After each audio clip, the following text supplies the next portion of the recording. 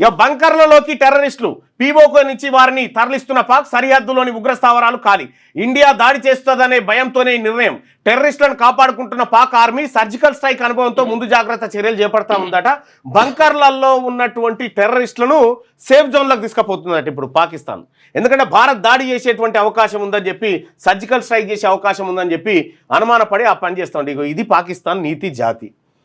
అతిథులను కాపాడడంలో ఫెయిల్ అయ్యా వారి కుటుంబాలకు ఎలా క్షమాపణ చెప్పాలో తెలియడం లేదు ఒమర్ అబ్దుల్లా గారు చెప్తున్నటువంటి మాట ఏంటంటే తమ రాష్ట్రానికి పర్యటన నిమిత్తం వచ్చి పర్యాటక ప్రాంతం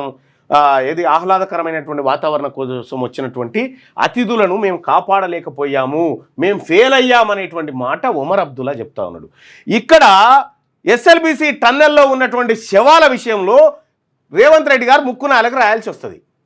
ఒకవేళ ఈ నీతే కనుక ఆయన పాటిస్తే ప్రజలంతా వెంట ఉంటే ఉగ్రవాదాన్ని అంతం చేస్తామన్న జమ్మూ కాశ్మీర్ సీఎం వారి కుటుంబాలకు ఎలా క్షమాపణ చెప్పాలో తెలియడం లేదని చెప్పి ఒమర్ అబ్దుల్లా చెప్తా ఉన్నాడు మరి ఎస్ఎల్బిసిలో మరణించినటువంటి వారి కుటుంబాలకు కనీసం క్షమాపణ చెప్పిండా జరిగిన పొరపాటుకు మన సీఎం ఇక ఎలాంటి పరిస్థితినైనా ఎదుర్కొనేందుకు రెడీ ప్రిపరేషన్లో మన సైన్యం ప్రధాని మోడీకి వివరించిన రక్షణ మంత్రి రాజ్నాథ్ ఇక ఇండియన్ నేవీ కోసం 26 రాఫెల్ జెట్లు